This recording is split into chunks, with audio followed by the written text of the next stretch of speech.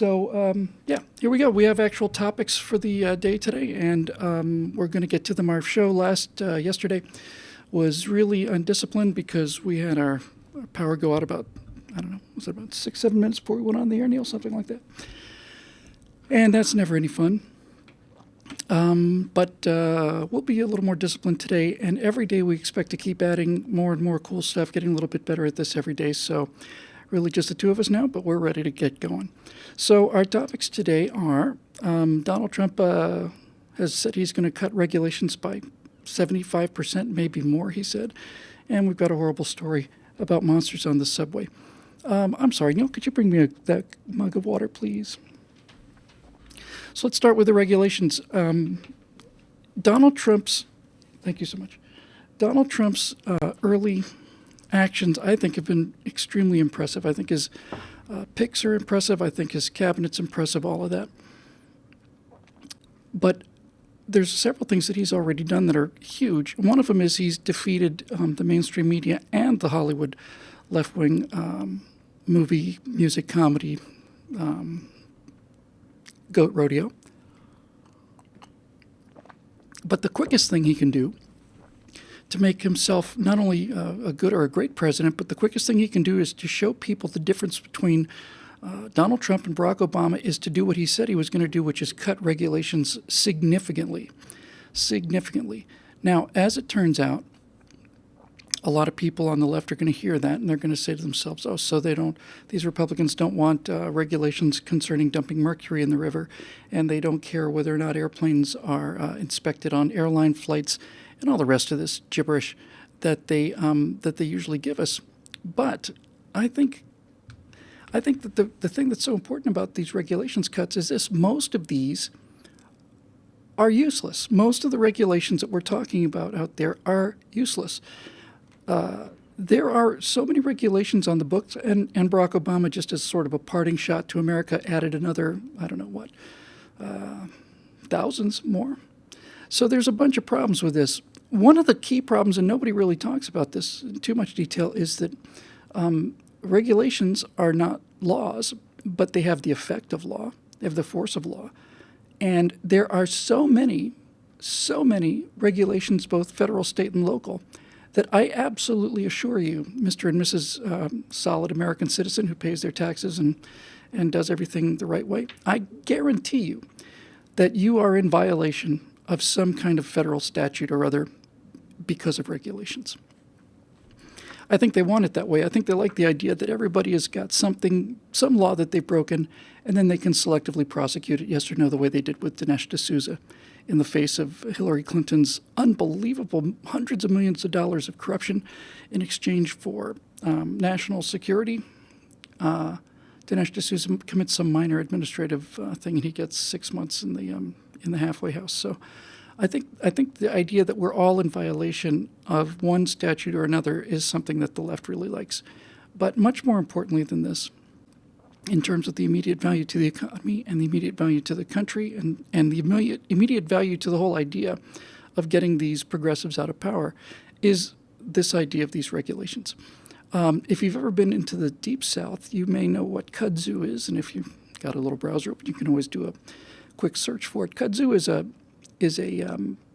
a decorative plant that was brought in, I want to say from Japan, sounds about right, into Florida, I think in the mid-'60s, something like that. Somebody shipped it in just to make their backyard look a little better, and guess what? The little spores got in the air, and its kudzu spread and spread and spread and spread. And now there are entire counties that are just one sheet of this green leafy blanket. It's a pretty plant, but it's a green blanket that sits over everything. It kills everything underneath it. It takes all the sunlight. It outgrows it, puts it in the shade. I've seen pictures of entire houses that just became a lump, and cars and things like that, just a lump, because this kudzu has grown over it and sucked all the lifeblood out of it. And that's pretty much what most of these regulations do. They simply are there because, if you think about it, a legislator's job is to go and make laws. And if he's not making laws, he doesn't feel like he's doing his job. Sometimes I think when somebody says, well, he didn't pass any laws, it's like, give him a medal. So all the time, these regulations are passed all the time, and we can Google a list of absurd regulations, and some of them are very absurd, but some of them are just plain awful. And it's not just the kudzu weight of the regulations that's so bad. It's the spiritual weight of them too. If you this is happening all over the place. If you genuinely have to get a license from the city to open a lemonade stand, then I'm sorry, folks, this is not America anymore. And if it turns out that you do need a license to open a lemonade stand, which is true in many municipalities in America now, then what does that say to the little boy or the little girl who's trying to make, I don't know, what, $3, $4, $5, experimenting with this whole idea of trade and capitalism? What does it tell them? It tells them, no, you don't have the money for this $100 license or $1,000 license or whatever. You can't possibly afford that. So just no lemonade stand for you. And it doesn't just squash actual businesses, it squashes people's desire to do business. And time again, you hear about this. It just makes me want to go nuts. Some poor little kid has figured out if you take water and lemonade mix and mix it up and put it on a table, well, then sooner or later, people are going to come by and give you $1 because they understand as well. Nobody buys lemonades from a lemonade stand because they need lemonade. Everybody who's ever bought a lemonade from a lemonade stand has done it because they felt sympathetic to that kid and felt that that person or persons needed an example that this actually works. Here's $1, here's a lemonade, and boom, I got $1. But when they're making that not happen, then they're doing damage that they can't even they don't realize. So that's really a big deal. Now, most of the regulations we're dealing with that are somewhat higher than lemonade level are unbelievably restrictive to opening a real business. If, for example, I'm paraphrasing a little bit here, but it's pretty much the case. If you were to try to open a dry cleaning store, let's say, and somebody found an arrowhead 700 feet away from you someplace, and you have to do a full EPA impact study, and you've got to send anything you find to have it carbon-14 dated to make sure you're not on somebody's burial ground or some archaeological site in the middle of Los Angeles County. And what it's really designed to do is two things. It's designed to make life hard for you because they like making life hard for you, but it's also designed, of course, to suck up money. Now we get to the heart of the regulation business.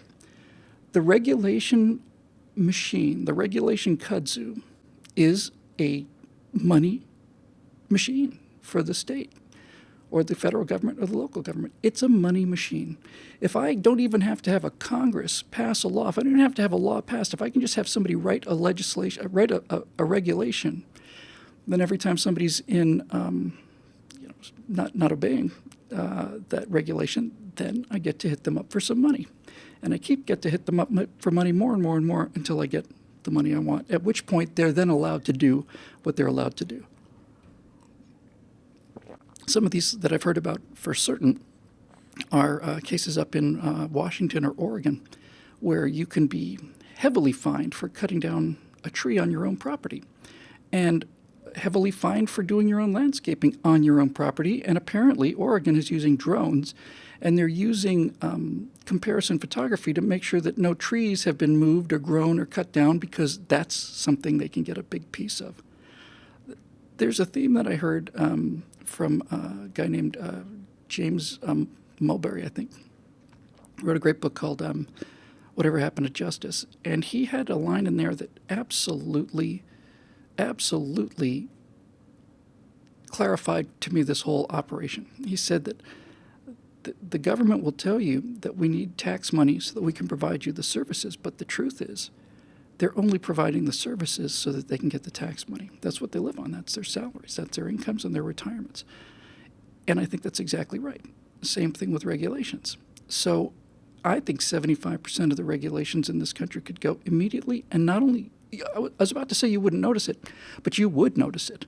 You would suddenly notice it because the economy would explode. There'd be so much more time and money that we dedicate armies of people to looking through these stacks and stacks and stacks of paper going from the floor to the ceiling, containing the most arcane, bizarre, weird regulations, and everybody's spending money on it. And finally, I think on this regulation issue, one of the great one of the great problems with it is it's a barrier to people starting new business. So many regulations are designed to keep people out of business, and they're paid for by people who are already in the business. And it's essentially a form of lawfare. For example, you cannot cut somebody's hair, at least not here, unless you have a cosmetology license from the state.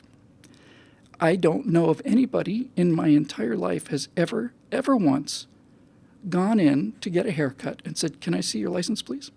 And I've never heard of anybody who said, yeah, she does a very good job, but she's not licensed, and this person who is licensed is terrible, but I'm going to go with the license. The reason you have a license is because establishment hair salons have gotten together, made a donation to somebody, gotten a law that says you need to have a license, and it keeps people out of the market. And if you believe in free trade as I do, then this is a bad thing. And if you put all of this nonsense aside and let people do what they can do, keep some regulations. Obviously, it's nice to have airplanes inspected and all the rest. I don't believe on this objectivist thing that everybody will do the right thing because it's in their own interest. There are just some people who are lazy and stupid and bad.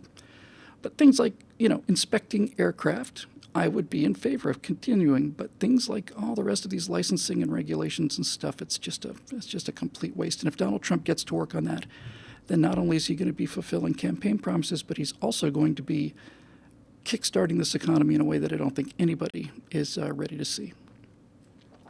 Now, at this point, we would we'd say goodbye to our Facebook Live friends, and we would swing it over to members only at BillWhittle.com. But we're going to keep the show open for everybody for the first week, so you can find out the incredible things that you're missing.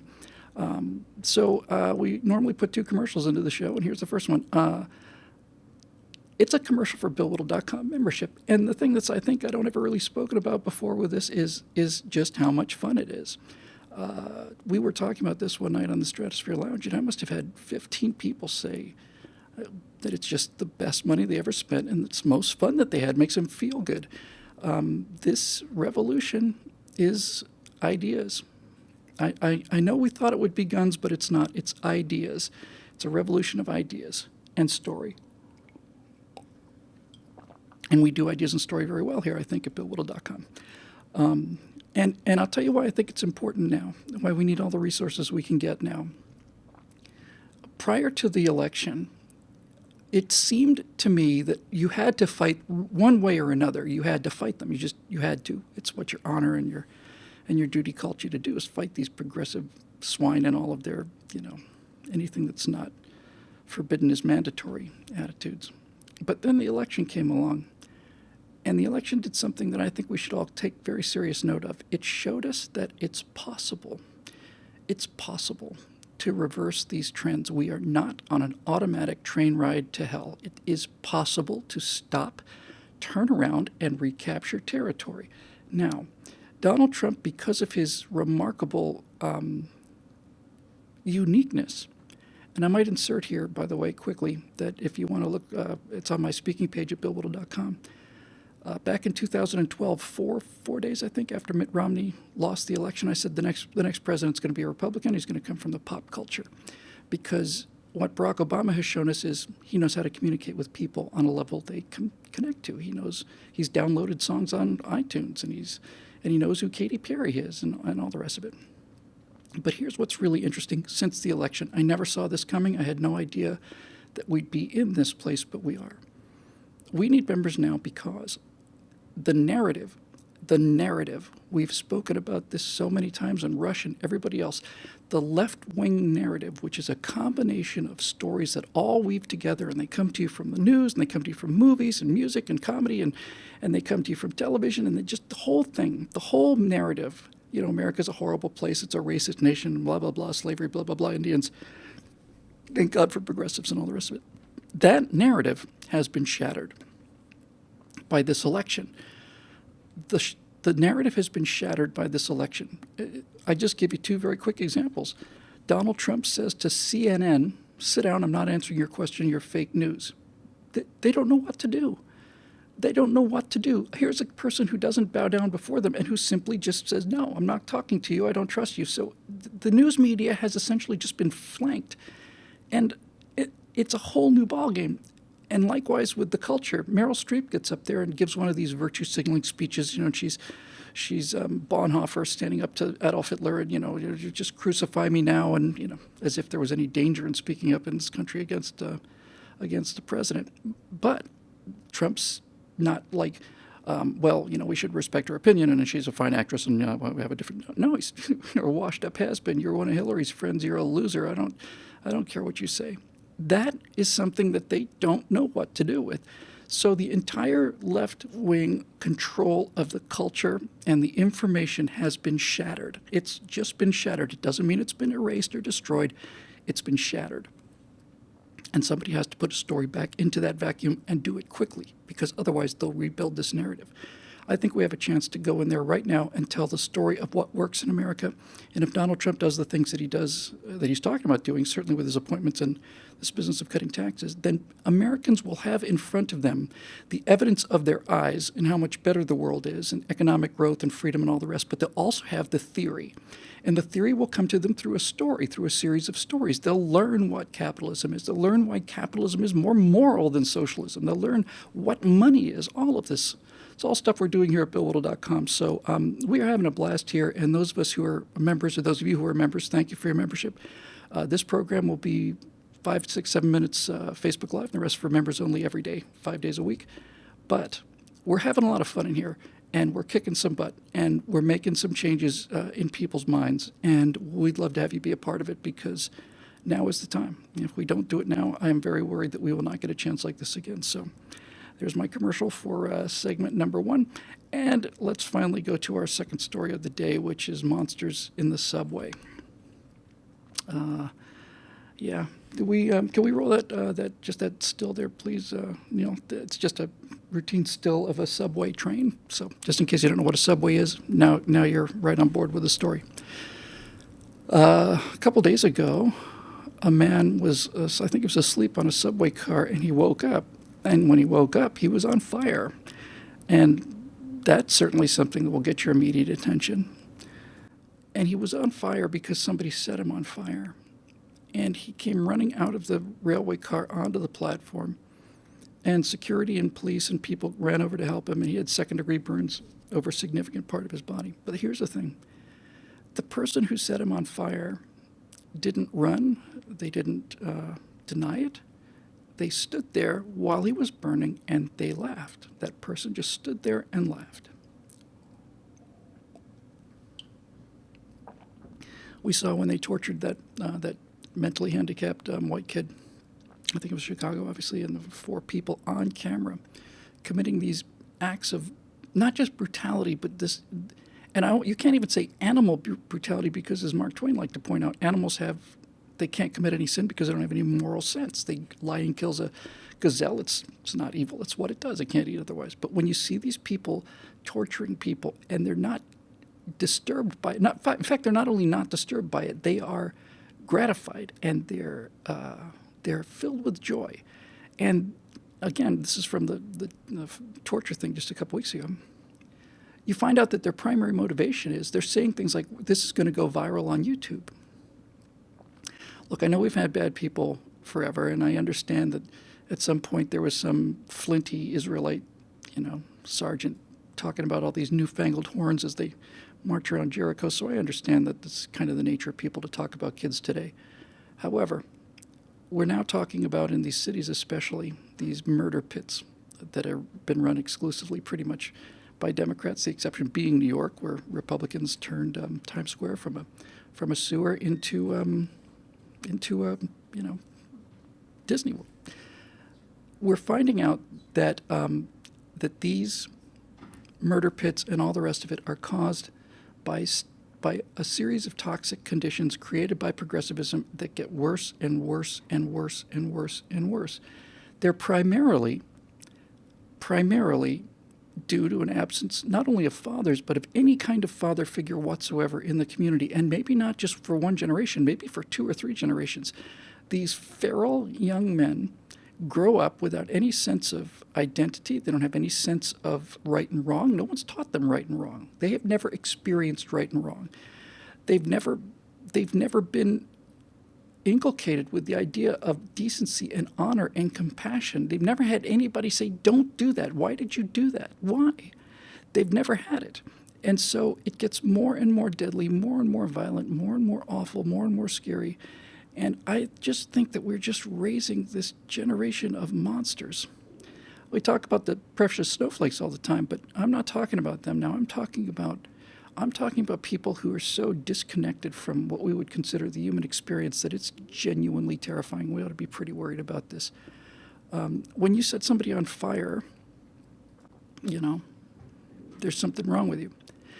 If you set somebody on fire and you stand there laughing about it, there's something really, really wrong with you.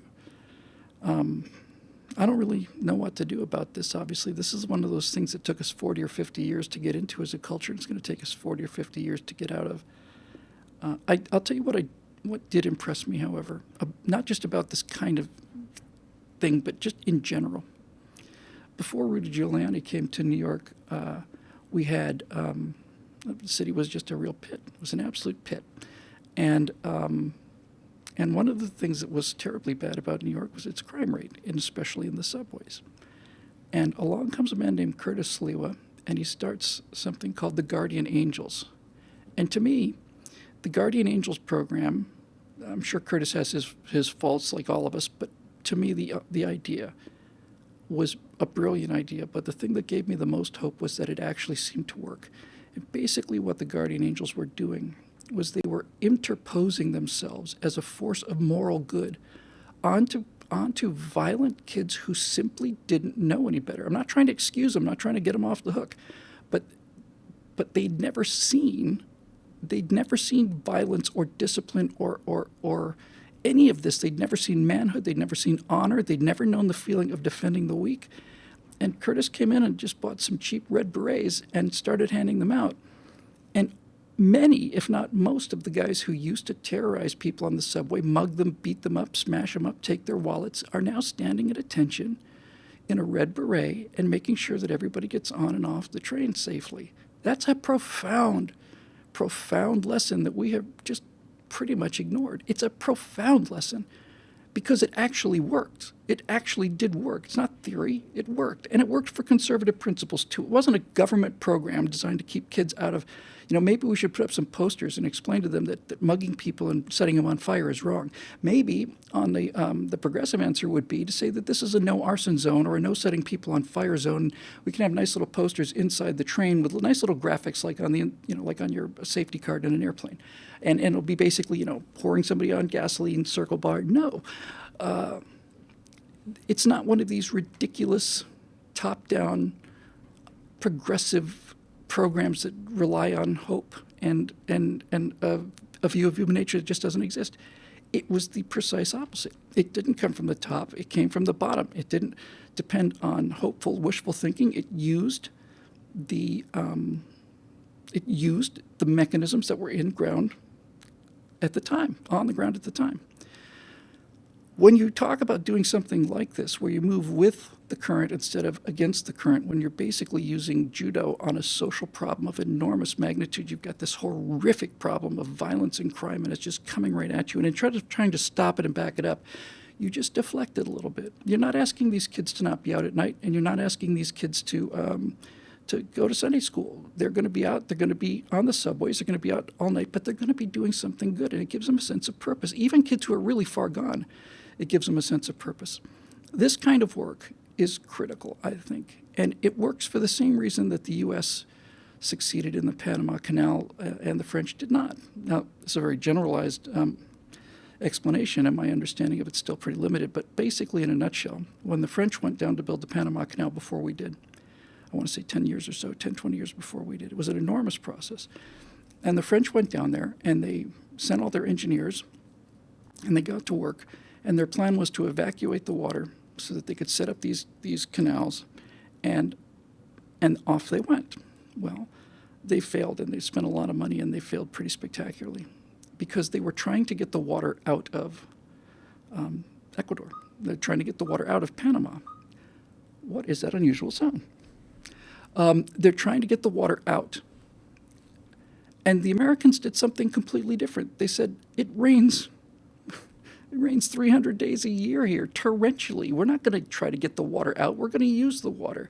Instead of trying to evacuate the water so we can have these nice channels, we're just going to flood areas and we'll just sail along those and we'll just connect these little lakes, and that's how it worked. By the way, the main reason the Americans succeeded in the Panama Canal when the French didn't was before they went down there and sent all their engineers and workers, they sent Army Corps of Engineers and a guy named Walter Reed, and they drained the swamps, got rid of all that stationary standing water, and got rid of the mosquitoes that were causing so many deaths and sickness to yellow fever. So they secured the battlefield before they actually went into battle, and it was a brilliant piece of work, that Panama Canal.